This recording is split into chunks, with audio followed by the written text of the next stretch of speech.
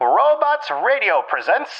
Today's chat is brought to you by the support of all our Twitch subscribers. Through the patronage you provide the Focus Fire chat team through the Twitch platform, we are able to provide you with the weekly podcast as well as the website and other aspects of Focus Fire chat.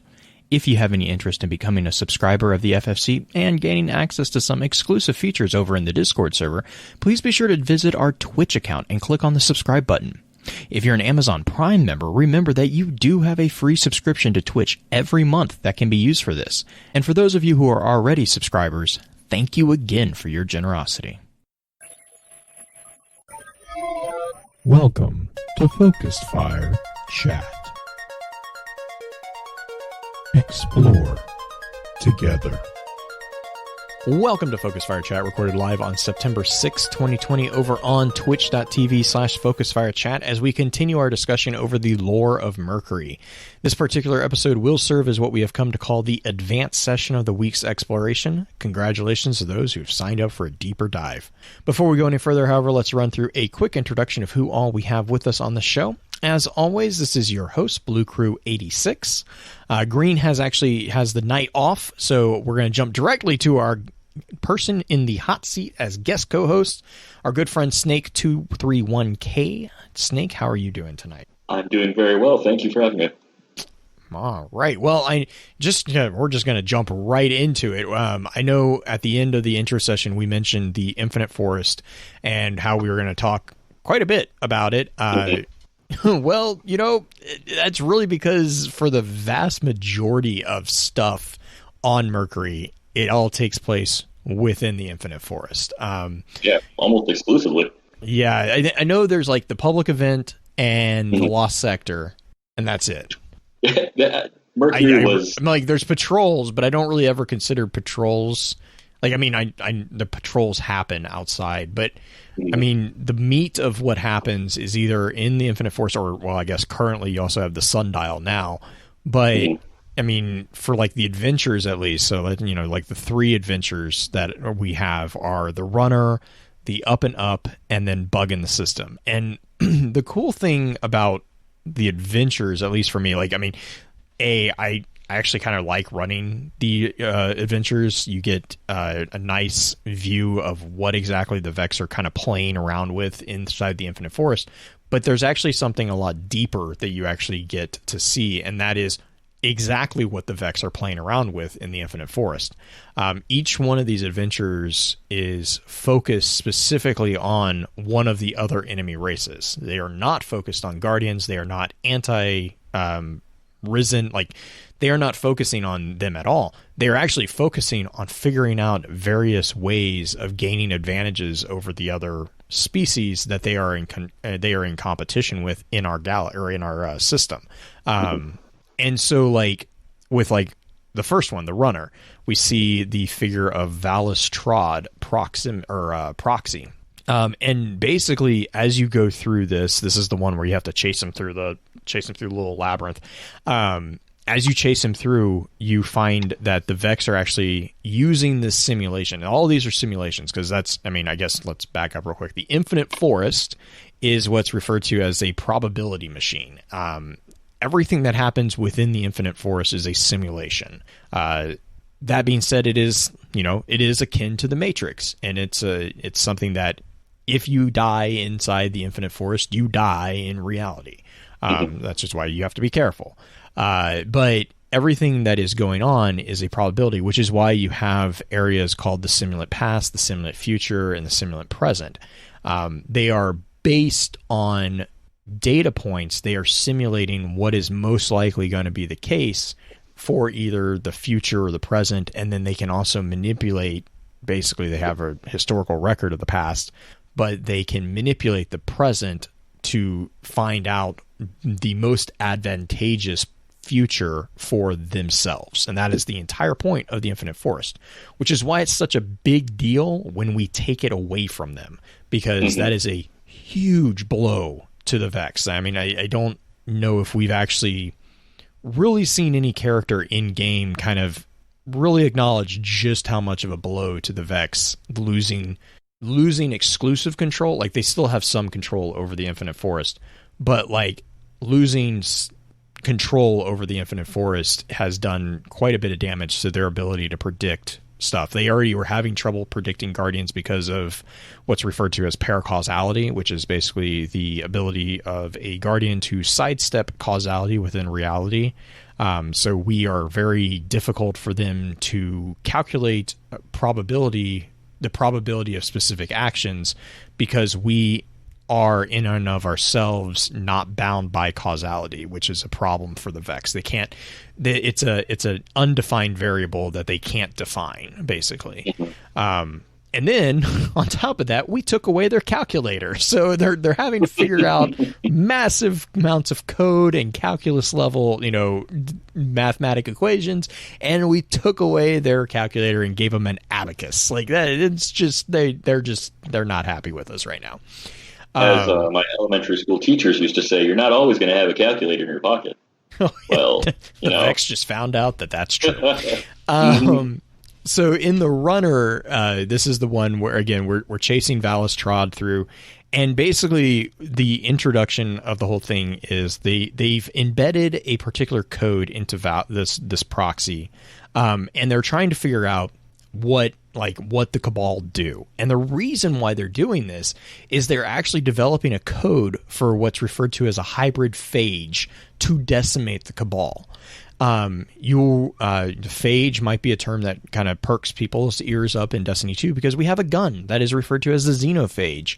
A phage is basically a microorganism that is basically designed to completely obliterate a certain thing. So they are developing a hybrid phage, which is a hybrid being both organic and mechanical, similar to the Vex themselves.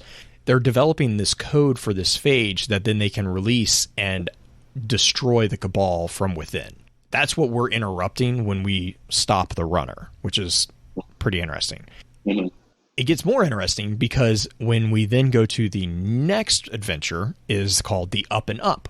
And this is an adventure in which we are predominantly facing the Fallen.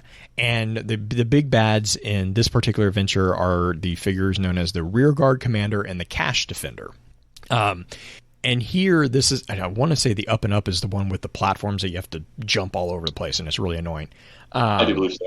But in the Up and Up, as we get through, it's similar concept. We jump in, and I think it's Segura's like, they're doing blah, blah, blah, and, go wreck their shop. And it's like, all right, we're a bull in a china shop. That's what we do. Mm-hmm. And so we run in and we break it all up, and we find out that basically the Vex are simulating how best to run a offensive assault on Nessus to eradicate the Fallen from the system. So we interrupt their plans on that too. So we've now single-handedly disrupted and in a way saved the Cabal and the Fallen from the Vex. The third and the final adventure that we face with Mercury is Bug in the System. And as you can kind of probably tell right now, this one is focused mostly on the Hive. Now this one is the one that gets kind of gross in a way. The proxy that we fight here is the big bad that we fight here is called the Herald of Savathun proxy. And basically what the Vex are doing is they're passively monitoring the Hive as they go through mutations so that then they can catalog the Hive mutations in real time for advantages in reality. So they've basically taken the Hive, program them into the Infinite Forest, and are calculating how they mutate in response to different threats so that then they can use that information to predict which mutations they're going to face in reality and basically stay a step ahead of the Hive mutations. So when we go into the Bug in the System and we break that probability process, we actually inadvertently are giving the Hive back an advantage over the Vex. So we've now, with the adventures, actually helped our enemies. It's the enemy of our enemy is a friend, like a question mark, like the enemy of my enemy of my enemy of my enemy is our friends. yeah it's but I found, like, when I was going through the transcripts over on Ishtar for these particular adventures, I was like, hang on a second, like I read through them a couple times because I was like wait a minute, we actually are we are actually in a weird way turning around and helping the Fallen, the Cabal, and the Hive in messing up the Vex, which is funny given what we were just talking about with the Fallen being like, yeah. I feel bad about it. Well, we helped them a little bit here, but and I think bug in the system, that's the one where you end up underneath. Isn't that the one where you end up and you have to stop the Thrall from running into the beacon? Yes, okay. It's in the simulant future, and yeah, you basically just got to capture the flag or King of the Hill. Yeah. So yeah, those are the adventures. We didn't get any new adventures with the introduction of the sundial or the particular. I don't think we have any new adventures just yet.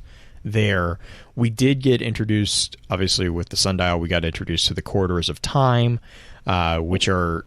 That's you can do probably an entire series of episodes on the concept of the corridors of time, because of the implications of how they correlate with the connection, or how they connect and interact with the Vault of Glass, and all that. Signal Light Legends Lost is the other quest, and I think that's the one. Is that the one where we actually... Or no, that's the one where we confirm that we can find Saint 14. Mm-hmm. And that's what leads to the Corridors of Time. Sorry, I'm trying to remember that one real quick. The other quest that really stands out is the Sunbreaker quest that I think you were talking about being one of your favorite ones. Do you want to talk a little bit about that one? That one's from back in Taken King, if I remember that one correctly. Yes, yeah, it was the introduction of the Solar subclass during the Taken King expansion, and it just took you to I feel like the first non-lighthouse quest that kind of took place. I mean, on a Mercury crucible map, but still just they took what would be a blank slate and actually turned it into a deeper narrative behind the curtain as to a brand new order of Titans who have actually harnessed solar light. And I believe it's the Vex. I think it's a theory that the Vex brought you there to kind of make you stronger in order to fight the Taken King, something along those lines. But just that mission itself, having brought up on a history, in an instant to manifest this into an explosive hammer, just the pose and the sun behind you, just seeing your Titan glisten with the solar fire. It's just, that was a really, really good way to introduce a new power. And yeah, to this day, just the sheer, the constant supers, while she's talking over your shoulder about why, the Sunbreakers are as cool as they are. It was just a fantastic introduction into the trifecta of elemental powers. I think, to be fair, I think all of the Taken King subclass quests, the Hunter one was really cool because we got to actually interact with Tevis and hear his story.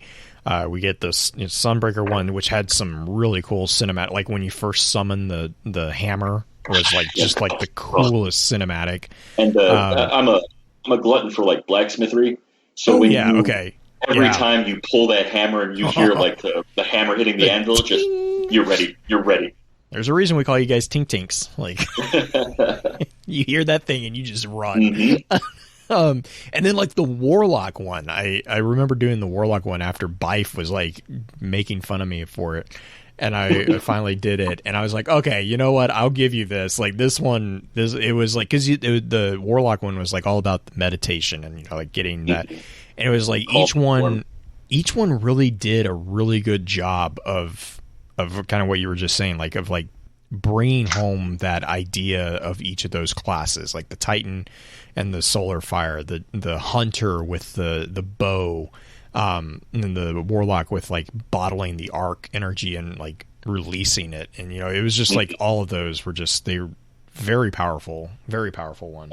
Yeah, when Bungie comes up with those perfect curated moments, it's there's nothing quite like it. Right, yeah. And so this one, this was the Bound by Fire, the Sunbreakers Challenge.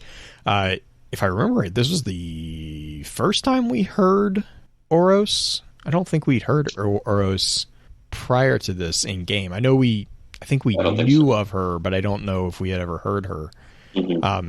And I think, oh yeah, that's right, because we actually talked to Oros. Yes. Yeah, I forgot that was actually Ghost. Ghost actually talks to her.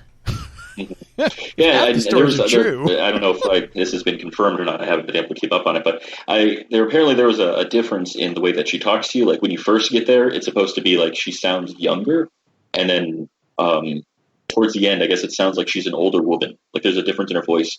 I guess it's supposed to be like a moment in time that they give you this power. That's interesting. I'll have to go look that one up. That's because that would be very interesting if that's the case with her. Because every interaction with getting our new power, I believe, is coincided with the Vex actually like being the main antagonist in those missions. That's true. Because Tevis was in the garden. Mm-hmm. Here we were on, the Sunbreaker was on Mercury.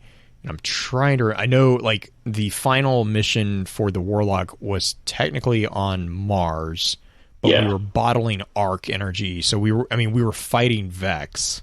Mm-hmm. That's an interesting idea. It's the kind of stuff like that keeps me up at night. Yeah, no, I like it. I'm gonna go down that rabbit hole now. That's gonna be an interesting one. This is why I love talking about this type of stuff. Absolutely. That was the thing. Is like that's a D1 thing. I mean, coming back right now. So let's see. Let's talk about missions real quick. Missions in Curse of Osiris. We kind of talked about this a little bit before we started recording. Really, I mean, missions, especially the Curse of Osiris missions, were really just a way to introduce the social space of Mercury. There was definitely a story being told, but it was really like the gateway was really, hey, this is the infinite forest. You know, like you have to go and you basically same thing that you always do when you first get into social space. You have to head to the waypoint, fight the enemies, open it up, defend the lighthouse, blah blah blah blah blah. Jump off the edge and kill yourself. Yeah, do that again. And then you jump over to, and then basically within the Curse of Osiris, we were also concurrently with everything going on in Mercury, we were also trying to save Sagira, which involved a really weird possession of our ghost, which has only led to like some of the best commentary during strikes. Like, I love the arguments that her and Ghost get into because Ghost doesn't remember doing things that we did with Sagira. He doesn't like it either.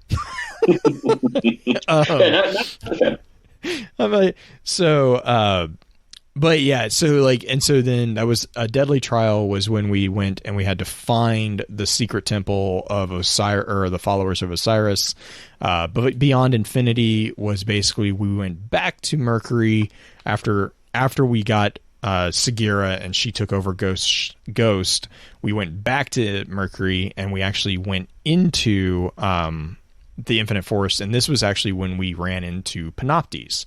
And then we got kicked out because Panoptes was super powerful at that point, and that kicked us back over to Deep Storage, which is where we find a map of the Infinite Forest, and then Hijacked, which was, I think that one was also on Nessus, if I remember right, because that was the one. Yeah, Nessus was when we actually stole the map, because I think, was it Io? Yeah, Io was the one where Sagira sneaks us into the Pyramidion.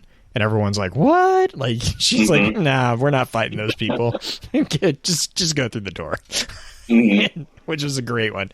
And then the last one from the Curse of Osiris was Omega, which is basically the knuckle dust with Panoptes with Osiris. And that kind of wrapped up the particular storyline. Within those, we also did run the Tree of Probabilities and a Garden World. As missions at the time, they would become strikes, which we kind of already talked about a little bit. The Tree of Probability is where it's basically, I think it's Valus Thun. It's the big dude that jumps through the big laser thing. There's a reason that one of the emblems is called No More Lasers, is because like every room is filled with lasers, and it is the funnest strike to mess up the cycle by killing him in the first 10 seconds, because then you have to run through. It's so funny. Like you can tell the system's like, wait, what? You weren't supposed to? You're not supposed to do that. Mm-hmm. And then I think a garden world is the one where you get to basically climb to the top of the tower. You find out that the princess is at a different tower, so you have to beat Donkey Kong anyways. And that's the one with I think it's just a Cyclops. I don't know if does the Cyclops have a name in that one? I can't remember. It's Dendron. Dendron, that's right. That is Dendron. Okay. That's the root mind. So he's the one who set this whole thing in motion. And then let's see. I think the only other really big one is basically the Season of Dawn, which we'll get into. Let's take a quick breather, because I know we ran through those really fast. Take a quick breather for an ad real quick, and we'll be right back. Are you worried you don't have all the answers? Have you ever found yourself in an internet rabbit hole? Call Mystery Time live today! It's a new detective business. With plenty of heart. And a questionable track record. We're only in the office for an hour. Every Wednesday. Come hang out. Solve a mystery. It's a podcast. It's a live show. It's a swell time. Subscribe now! The producers of Mystery Time Live ask you kindly not to take the advice or guidance of the host because they have no idea what they're doing. No mystery will actually be fully solved unless intervention by a spontaneous outside source or sheer luck. You can find them live on the Twitch app and find their podcast later on YouTube, Anchor, Spotify, Google, and iTunes. Listening may cause hurtful your death or loss of sanity. We are sorry. This is probably legally binding and you cannot sue. Okay, so like I said, we are going to talk really quick about Season of Dawn, and then I want to actually go back, and I just want to talk about Infinite Forest because that's what I signed up for this whole thing. So Season of Dawn, really, honestly, Season of Dawn was, hey, let's go and save Saint 14 because his boyfriend's lonely and he wants him back. There. Done. Okay, let's talk about Infinite Forest now. Like, I have to say, probably one thing to go back on real fast is as bad as a rap as Curse of Osiris gets, I think the Panoptes fight where you're teaming up with Osiris is probably one of the cooler missions that they've ever had. Oh yeah, I do. I do like that one. Mm-hmm. But yeah, no, it's just the Infinite Forest is such a cool concept too. Just it's a simulation engine just to see, what if we change the butterfly effect constantly? But you can't. How can we outthink our enemies? How can we, make an extinction level event? It's like the Vex are focusing on such like broad strokes. Yeah, and I think that's the deceptiveness of the Vex and how they operate is like everyone. I mean, it's the argument between time travel and reality hopping too. Mm-hmm. Like the concept of broad strokes is like they are not. I kind of want to double down on the fact that the Vex don't time travel. They jump from reality to reality until they find the manipulation of reality that is most advantageous to them. Mm-hmm. With the Infinite Forest and like the tree of probabilities and like all these doubling downs of these particular like even just names, you see that is because the Infinite Forest is at the base level. It is a probability. I think it's referred to as a probability calculator in reality. And so like to kind of take a step into reality for 2 seconds, probability is a branch of mathematics that basically it's focused around predicting the probability of two events in opposition to what's called normal distribution. So it's like it basically takes numerical descriptions of how likely an event is to occur or how likely that a proposition is true, and then where it's a binary output. So like your probability of an event ends up being a number between 0 and 1, where 0 is absolute impossible and 1 is absolute certainty. So when you have a probability calculator, you have something that you insert a lot of data points into it, and it calculates the probability of, in the Vex's case, what they're trying to do is, hey, we want to win. That's the end goal of the Vex. They want to win. And so basically what they're trying to do is every data point that they put in, they want to bump that number that gets put out towards the 1. Like it's again, the binary system. They want to bump it towards that 1 so that there is no chance that they don't win. So as they manipulate realities and as they blend realities, because we see with like the Ahamkara that is possible. You can basically cut and paste different pieces of realities into each other. There is a difference between the Vex and the Ahamkara, which I will mention. I'm not going to go into because it's kind of a personal theory of mine, in that the Ahamkara smoosh realities together and the Vex keep them separate but cut and paste. So like they're like, oh, we like that, copy paste into this one. This reality is pretty much foobar now, but it's separate, whereas the Ahamkara literally are like, hey, and and that's the reason why wish dragons are so dangerous, is they're actually destroying in order to create. And there's only so many times you can compress things before it gets really bad. That is a fantastic theory, by the way. That is something you've invoked. That I like that concept that they're dealing with alternate timelines too, with the Guardian that was on the Almighty, trapped in the time trap. Well, because that's where you kind of got the introduction to it, right? Is because with the Future War Cult, they come out with a theory that the reason the ghost can't resurrect him is because in all realities, this is I guess in Doctor Who they refer to it as the fixed point in time. It's like it's a central point because of the nature of where that Guardian is existing. All realities are like anchored, and like you can't grab another, because he's not gone from this reality, which kind of doubles down to the idea of like another. I'm trying to remember the paradox, but it's like the paradox of you can't basically exist in the same reality at the same time as another of yourself, because you would create it's not a temporal paradox, it's a existential paradox of some sort. I can't remember the exact name, but like because names for well, yeah, but it's basically like because he's not gone, you can't like the ghost can't recreate him, or not recreate him, but like bring another instance of him in, because he's not technically gone. But he's not here. He's like the Schrodinger's guardian, basically. He's not dead. He's not alive. He's just he's in the box, and we don't know. Like we can't observe whether or not he's dead or alive. So I really hope they delve into that again, because that was I think, leading up to the whole Almighty event. I think almost every time I looked at anything lore related, it's about that Guardian on the Almighty, on the Almighty. And everyone was really concerned about it. They're like, does anyone know what happened to this Guardian? He was trying to do something good. I'm like, just looking up at all the missiles and being like, I hope he's okay. The only thing that I came back with that I think when I got asked that was, I was like, well, maybe he's finally dead. Like, we could technically see, like, if we see anything, I'm hoping that it's like, oh yeah, he finally died, and the ghost was able to resurrect him finally, because like basically destroying the Almighty would theoretically destroy the time loop that he's trapped in, or the time sink that basically, because I guess my understanding of that whole situation was he was stuck in a black hole.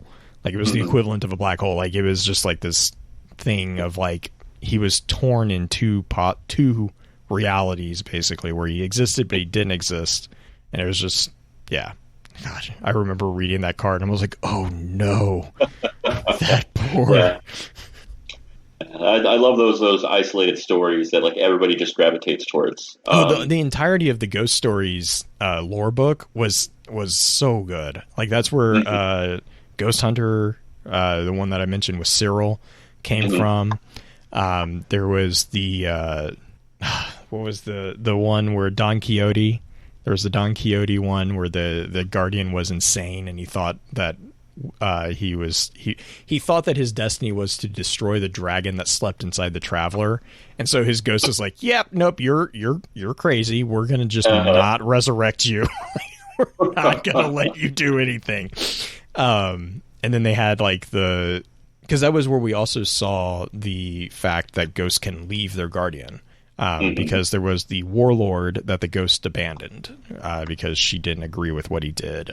We got the details for Shin, actually. That was where we got the confirmation that Shin is a guardian who was resurrected as a child. which was a huge loophole within Shin's story, particularly because we never knew how he became a guardian, because one of the requirements is that you die, and it was like all guardians met that requirement except for Shin up until Ghost Stories, and then Ghost Stories book dropped, and it was like, okay, thank you, Tianchi, for fixing that particular confusion. And that is something I definitely hope that they expand upon so desperately, is how does a guardian come to be? How is the choosing process? Is every guardian brought from a different reality so that they can continue in this universe? So like it's really cool, and like Shin's origin story, if you will, is so wild. Death, birth, and then growing up, and then continuing his life. And I want to know so much more about what's the Traveler got in store for us. What is the real the goal of the ghosts and stuff like that. Well, and that's, kind of plugging what we're going to be talking about next week with Singular Exeget. That's one of the entries that Eris translates with the logographic communications. Is she talks about the debate of morality, and she goes into a thought or a stream of consciousness about exactly why she thinks that guardians don't have memories of their first lives. And it's a really interesting, I think that was the, hang on, let me check. That was the, oh no, which one was it? Contrast, the 6th entry. Contrast is the one that I'm talking about there. It's a really, really interesting, it's not like super long, but it's interesting, thought provoker to read, because you're like, oh, okay, I see where you're going with this. Like, this makes sense. Because she talks about, this is why the Traveler doesn't talk to us, is because of this and this and this. And, it's actually not because it doesn't care, it's because it cares. And it can't do this without doing this, and that's why it doesn't do that. It's a really interesting portrayal from Eris's perspective as to kind of exactly that, like what is going on with the Traveler's inspiration for these different things. And I don't mean to keep getting off course here, but like the contact from the darkness, they're trying to say, like, there's a cell or protein in your body that, if it goes wild, it basically turns into cancer. And, just because it does that, I'm butchering it. I know I am. It's funny because I just talked about it, but like, is it evil because it does that, or, it's just a product of its nature? Yeah. Cause that was, which one was that? I think that was also no, I think that was Protected. Protected or Eggshell, I think, is the one that she makes a comment about, like, oh, well, they're trying to make the argument that, what was it? It was Winter is not evil, blah, blah, blah. Yes. And her rebuttal to it was really well done. And I know I'm getting tangent onto this because that's actually the notes I was working on today, which is why it's so fresh. But her response to that is beautifully done, because she basically goes, no, it's not evil, but we'd be idiots if we didn't prepare for it. Like, just because it's not evil doesn't mean that, bad things can't happen. Because if you don't prepare for winter, you're going to die. Exactly. But that doesn't mean that you can't use Wintercraft to prepare for winter. Like, it's the whole argument leading into the Beyond Light expansion, which is fascinating, and I can't wait to see where Tuesday so by the time this comes out, we'll have already experienced it, but the last week, theoretically, before they extended it, the last week of the season I'm really excited to see where that goes. That's crazy that everything got pushed back for another month and a half. Well, it's like, I completely, and that's one of the things, like, I completely get it. I'm not upset about it, but I am curious how I'm curious if they're gonna change the timeline of release for a couple things, because like Singular Exeget was very, very tightly, it's this week. There's 14 entries, there's 14 weeks, and now there's 17 weeks, and so I'm like, I'm just curious how that's gonna play out. But talking about how things are going to play out, let's move back to the probability machine. So like probability generator, like we were kind of talking about, like, probabilities of different components. It goes back to the idea that the Vex are all about understanding what's referred to as the geometry of spaces. You see this back with the Book of Sorrows, actually, when the Vex were actually introduced to arguably our reality, albeit it was the sword realm of sword realm of Oryx, because Crota opened the hole into that sword realm. When they first kind of, I think it was described as clambered through, they couldn't understand what was going on. And so that's when they built the figure of Coria. And that's where Coria actually came into existence, was because Coria existed in order to comprehend, and that existence was what allowed the Vex to understand that. And then that led to the Vex, bootstrapping the concept of worship, and then that led to the creation of all these different things. You had the different networks of the Vex, you had the different subminds of the Vex going different ways. You have mention of the Vex transcending realities / timelines and accessing Ecumen databases to understand different things. I mean, like, there's this huge different thing that the Vex did back in D1. All of that culmination comes into the Vault of Glass in the Infinite Forest. The Vault of Glass is, we kind of talked about this in a episode or a couple episodes ago, if I remember correctly. The Vault of Glass is literally called the conflux of time. Like, it's the conflux of where all these different slipstreams are brought together and are controlled through the form of Atheon, which translates into Atheon is still around. Like, spoiler. We didn't get rid of him, or it, in the same way that we didn't get rid of Panoptes, because Panoptes we got rid of an instance of Panoptes, but in the same way that the Undying Mind has to exist, because if it didn't exist, then there's a lot of things that would fall apart because it doesn't exist. There's paradoxes that would prevent the destruction of certain things. And there's those certain things are Panoptes, Atheon. These different figures are literally controllers of these elements. So the Panoptes that exist currently is not the Panoptes that we destroyed. We destroyed Panoptes, but Panoptes still exist. And so there's a few things going on there. Now, in taking and wrenching the control away from the Vex of the Infinite Forest, we don't invoke a paradox, but we frustrate their probability calculations to a sense that we now are entering variables into these equations that are not beneficial to the Vex, which is why the Vex are constantly pushing back so hard to get the Infinite Forest. That's why with like the tree, that's actually, I would posit this as a possible explanation of why we can run the same strike in the Infinite Forest over and over and over and over and over again, because the Vex are literally simulating over and over and over and over and over again attempts to take it back. That's I can't say a really cool concept, actually. Yeah, I can't say that for the other like I can't say that for like Savathun's Song and all these other things. But like within the Infinite Forest, there's actually an in-game 100%, I would argue 100% foolproof explanation as to why we can repeat adventures, quests, strikes, nightfalls, all of these things. We can repeat them within the Infinite Forest because at the end of the day, they're simulations.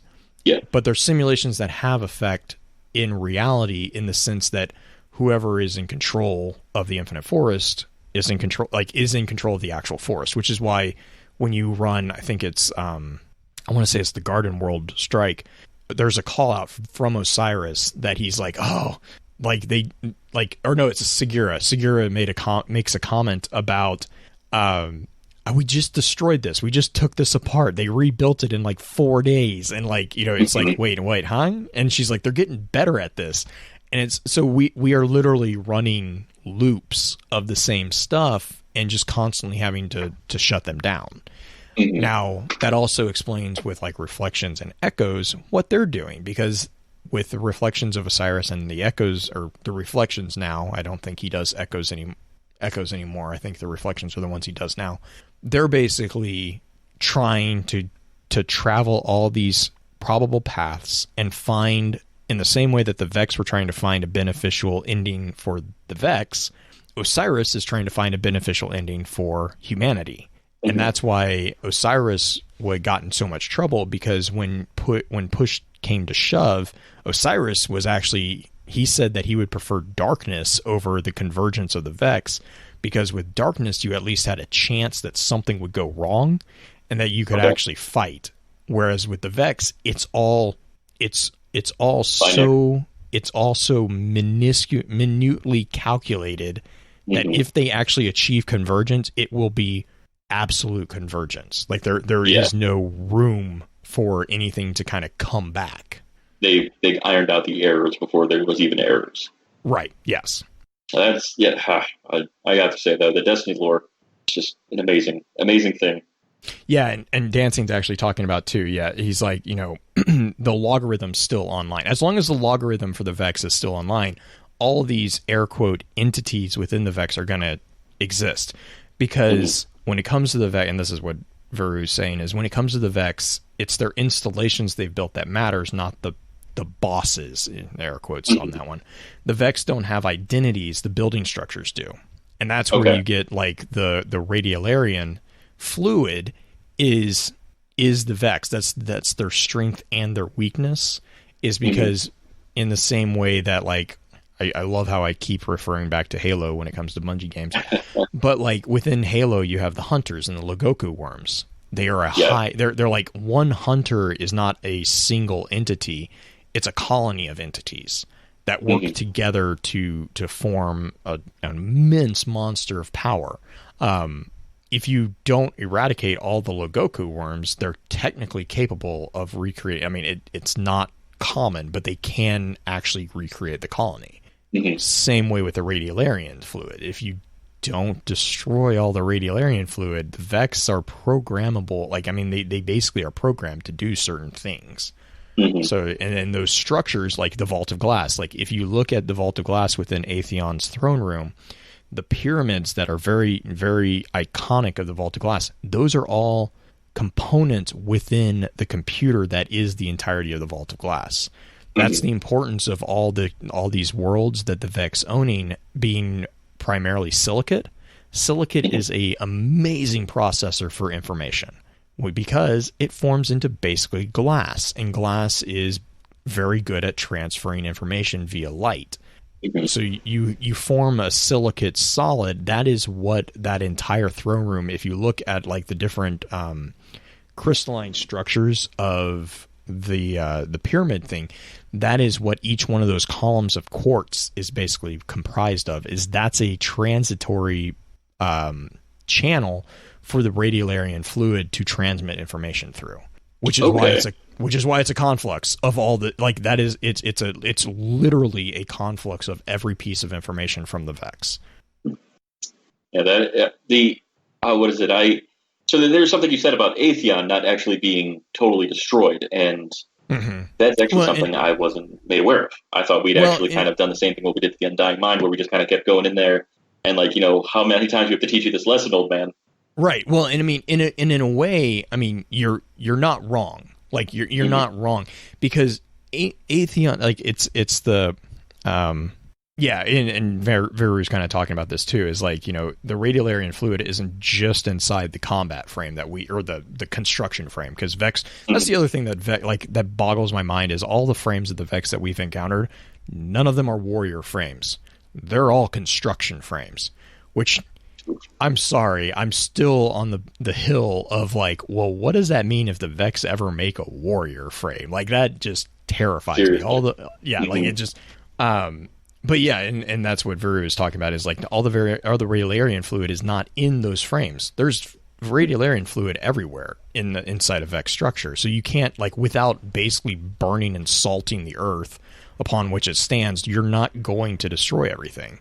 So sure, we destroyed a component of the Atheon logarithm. Okay. But it wasn't, it didn't, and it probably invoked some system failures, but it wasn't a critical failure because the Vault of Glass is still standing. So like, you can they can recreate the component. Like, I mean, I'm trying to transcend, like, you can patch an equation to a point where if a variable neutralizes a different piece of it, you can reverse that neutralization. Does that make sense? Okay, I'm like, There's I'm talking, and information. I'm talking with my hands too, which everyone on live stream will see this, but like everyone on the podcast won't see this. I'm making circles. I'm like, there's like, Atheon is a part of the equation that is the Vault of Glass. Atheon, I mean, there's a sub logarithm or sub query within the overall query that is the Vex network that is Atheon. All we did was we infected one particular node of that logarithm. Within information or within data information or business intelligence, we do this a lot, but we are very good, or we can do this as well. We just neutralize that component and then just replace it with another component. Like, I mean, that's not, subqueries are a dime a dozen. And so that's where you get into the sense of like your submines and your access mines and stuff like that. Access mines are very important because they're a node through which a lot of information flows, but they're not irreplaceable. Like they're all components that can be replaced by another instance of that access mine. Like there's which is really weird for us as individuals to think about, because that concept is very foreign to us. But it's basically a pure hive mentality. Like there are no, at least as far as it's kind of been explained so far in the game, or at least as far as I understand it, there's no true individual entity within the Vex. There are individual chassis that host portions of the Radiolarian colony, but that is in and of itself only a component or a cog within the greater machine. There's no oh, that's Bob, that's my, that's the equivalent of a toenail. Like, that's why the Vex don't really seem to be worried when a specific individual or a specific chassis or a specific access mind is destroyed. They just replace it because they have 50 billion of them.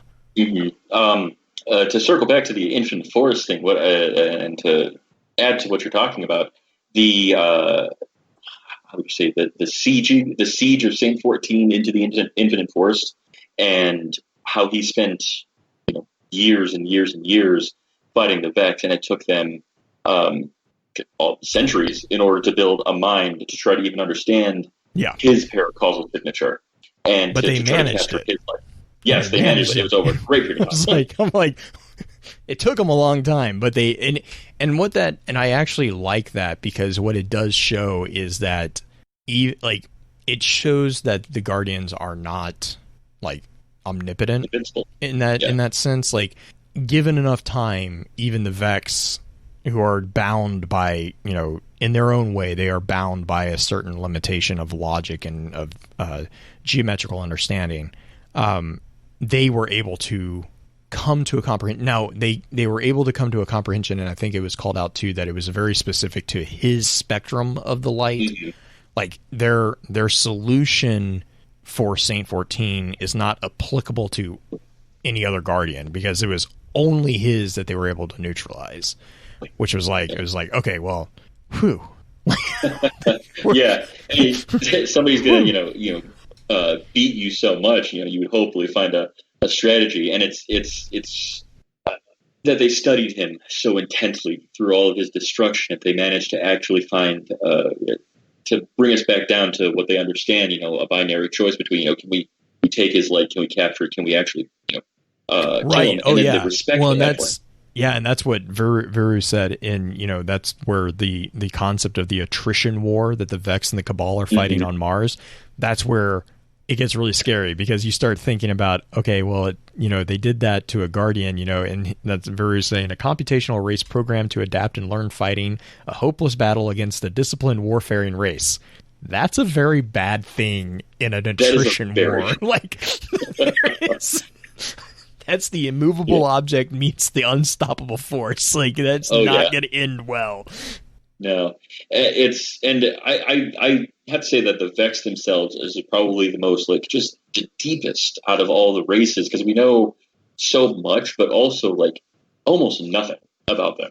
Yeah, and I think that's where I think a lot of times, the theories with the Vex are so crazy, I think, is because exactly that. We know like the Vex as they stand today, but we know next to nothing about their origin. Whereas like the other races, I mean, every race is kind of similar. We know where they are today, but not much.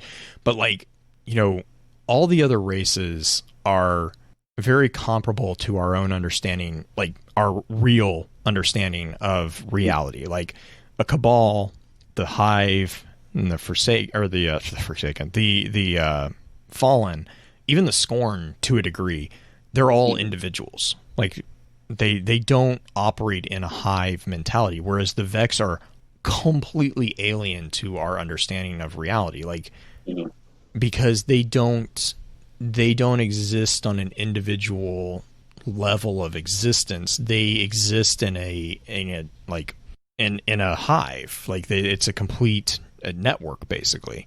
And the best way, and I mean, I think that's where like a lot of the feeling of unease with the Vex comes from, is because they will gladly sacrifice, you know, Bob the Goblin, because to them it's not, they're not sacrificing anything. They're using a tool to complete a task.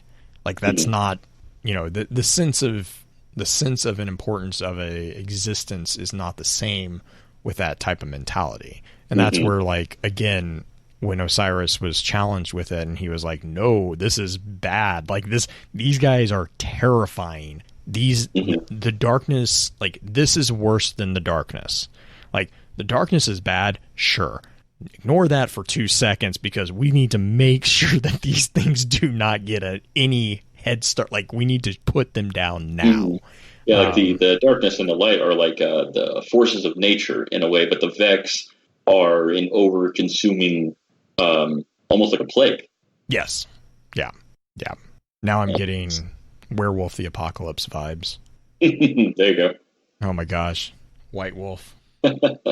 But yeah, I mean, so I think like we could probably go for a long while on this, but within Season of Arrivals, you know, with Mercury being sunset and all that is contained within, especially Duress and Egress, which explains, you know, kind of the preparation steps that we've taken for that process.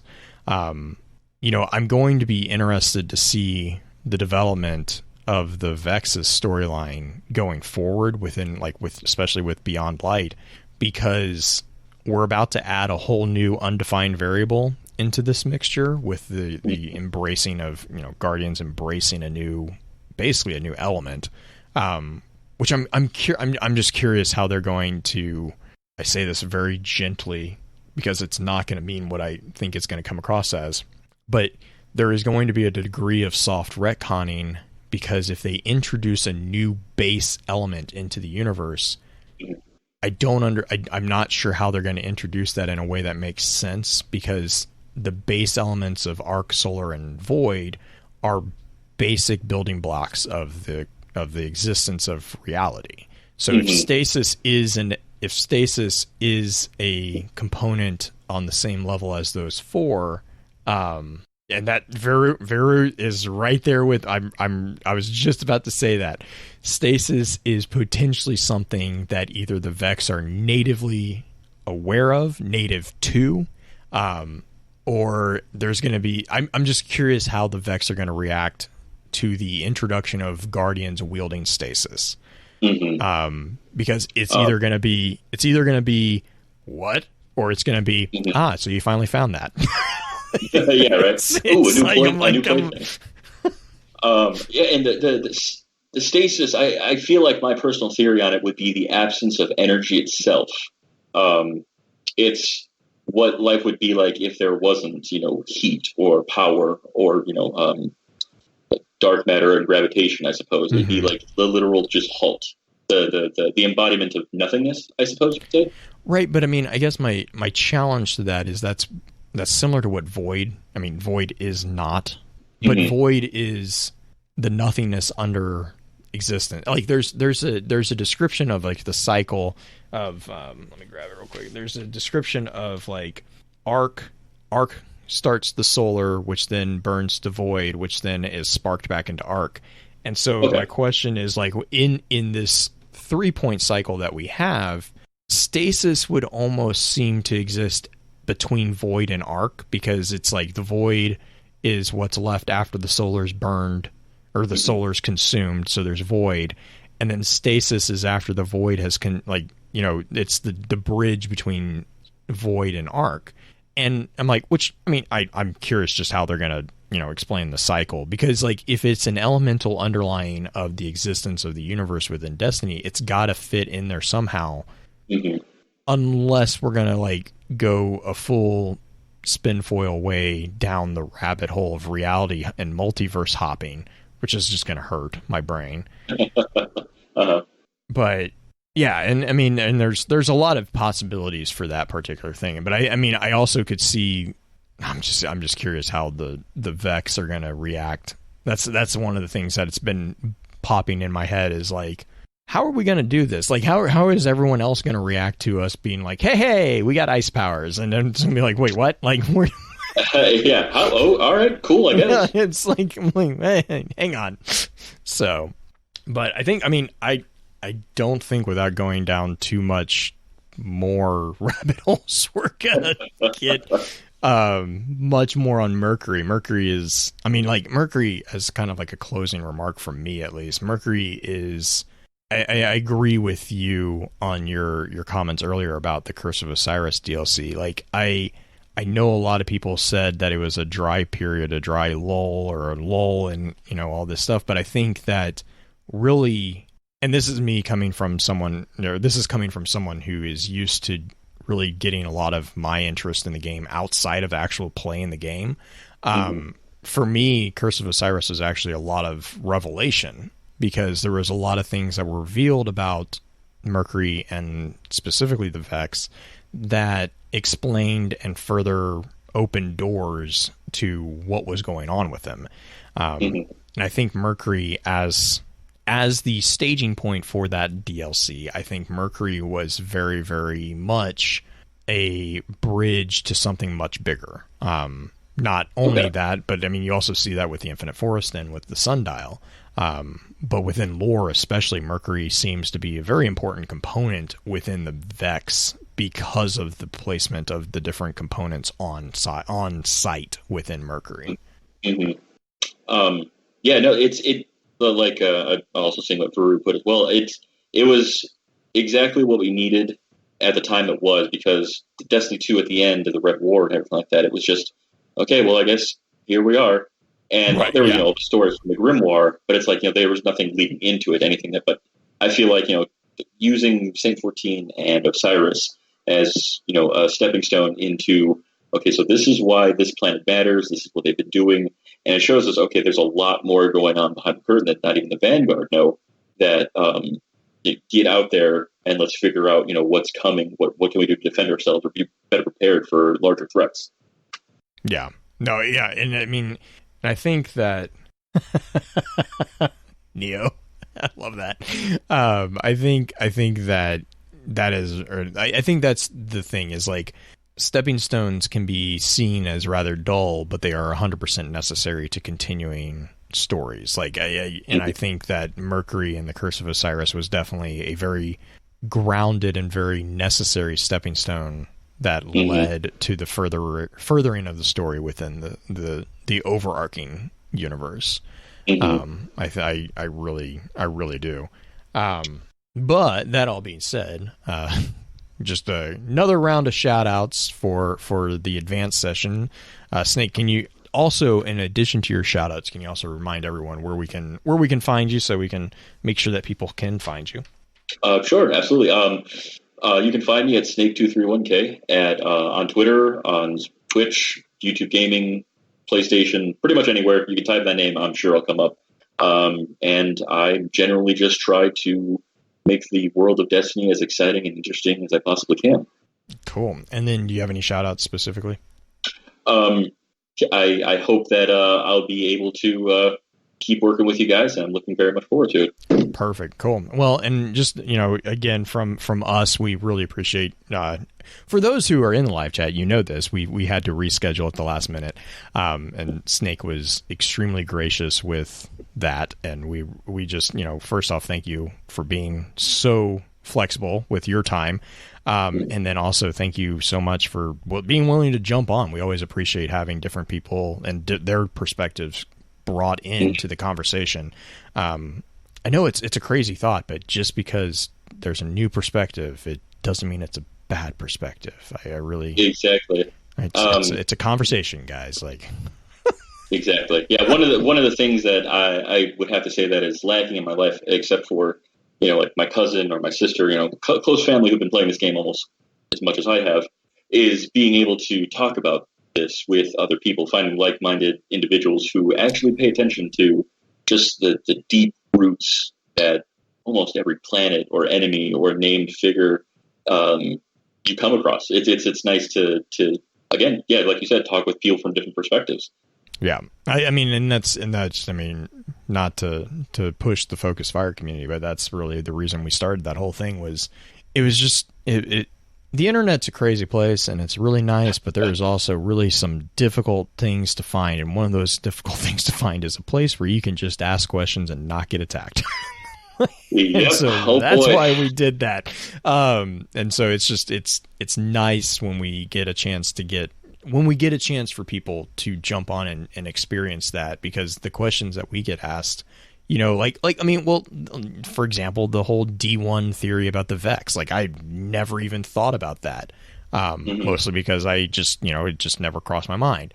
But now I'm going to spend the rest of the night looking that up and get in trouble probably for not sleeping. But that's the name of the game is that's finding the new rabbit holes to get in trouble for exploring. But as always, everyone, thank you for your time. And until next time, remember, with wisdom we conquer. Stand strong, stand tall, and keep exploring. With that, we'll begin to wrap the chat up. Thank you again to those over on Twitch for coming to spend your evening with us. If you'd like to join us for the live streaming of the episodes, please be sure to give us a follow over on twitch.tv/FocusedFireChat. Links to all our episode archives can be found at www.thelorenetwork.com. Please be sure to email us at focusfirechat@gmail.com with any comments and or questions for the team concerning the podcast, and let us know how we're doing by giving us some feedback and a rating over on iTunes as well. So until next time, focus your fire and may your light shine bright. You've been listening to a Robots Radio podcast. Smart shows for interesting people. Check out all the shows at robotsradio.net.